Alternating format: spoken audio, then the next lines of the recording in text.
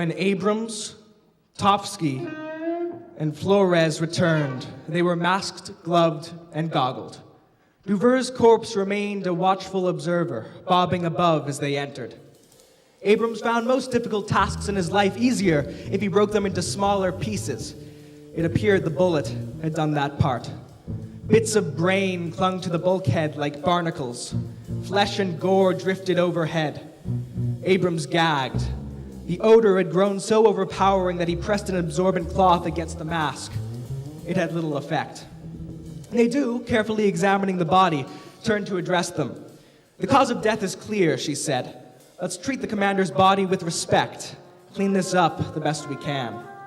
For a few seconds, Flores just stared wide-eyed at the gore. Tofsky blocked her nose with the crook of her arm. "Ugh, why the hell use a gun? Put us all in danger." Abrams shook his head. No, it was thought out. No windows in the botany lab, and the reinforced aluminum could sustain a gun blast.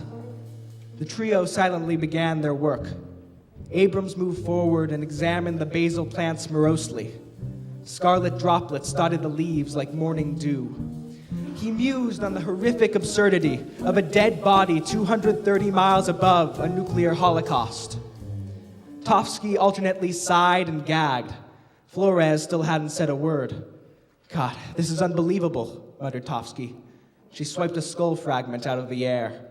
Gradually, they grew desensitized. As they neared completion, Abrams's gloves were dyed dark red. He looked at them and shivered. Nadeau did what she could to restore their commander's nobility, scrubbing his face and wrapping his head in thick gauze to conceal the true extent of the wound. Flores had been sent to retrieve additional materials. The astronaut returned with an armful of towelettes, his mask off and trailing behind him by a single strap. "We don't have too many more of these. I checked the Flores, watch where you're..." Tofsky's warning came too late, as Flores floated headfirst into a bloody fog. He clawed at his face and rubbed at his eyes, weak sputters evolving into hacking coughs. Flores wailed, releasing the towelettes and bumping into a wall as he exited the lab. Abrams started after him. Nadeau blocked his way. "Give him a bit," she said. "Some time alone will do him good. The man needs to talk to someone."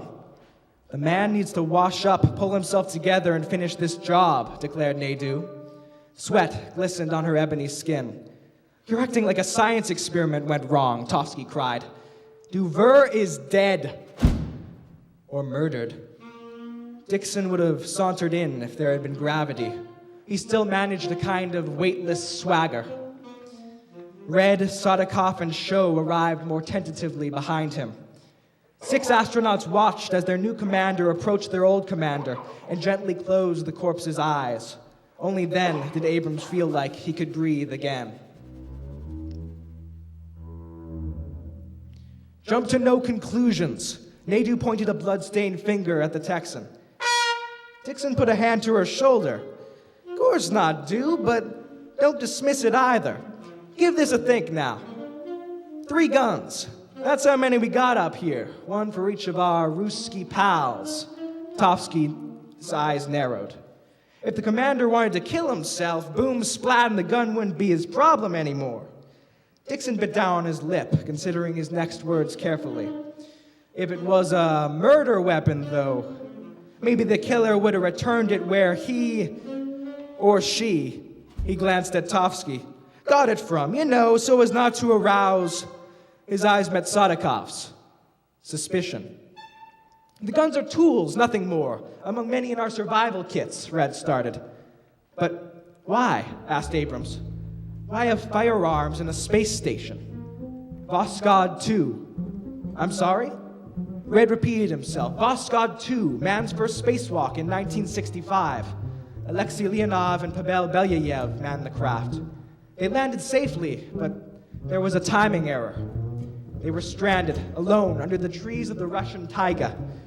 The cosmonauts spent a frigid night huddled together in their capsule, the howls of wolves echoing into the night. They were rescued, but the dangers the wilderness presented proved pistols a necessity." Dixon inspected his fingernails. "The commander weren't a wolf, but that don't make him any less dead." Sadikov ground his teeth. I will not stand for these baseless accusations. The Texan raised his arms in mock surrender. Nobody is accusing nobody. But what you are suggesting is very serious. Nadu's voice was firm. Oh, I know it, said Dixon. I'm not taking any of this lightly. Sadikov exhaled, air hissing between his teeth. Dixon could make light of a black hole. Dixon ignored the jab. Well, there's no harm in checking him out, is there? We could have a killer on board, folks. I can't be the only one feeling the slightest sense of urgency. The crew members began looking to Nadu. She straightened. We will search the survival kits.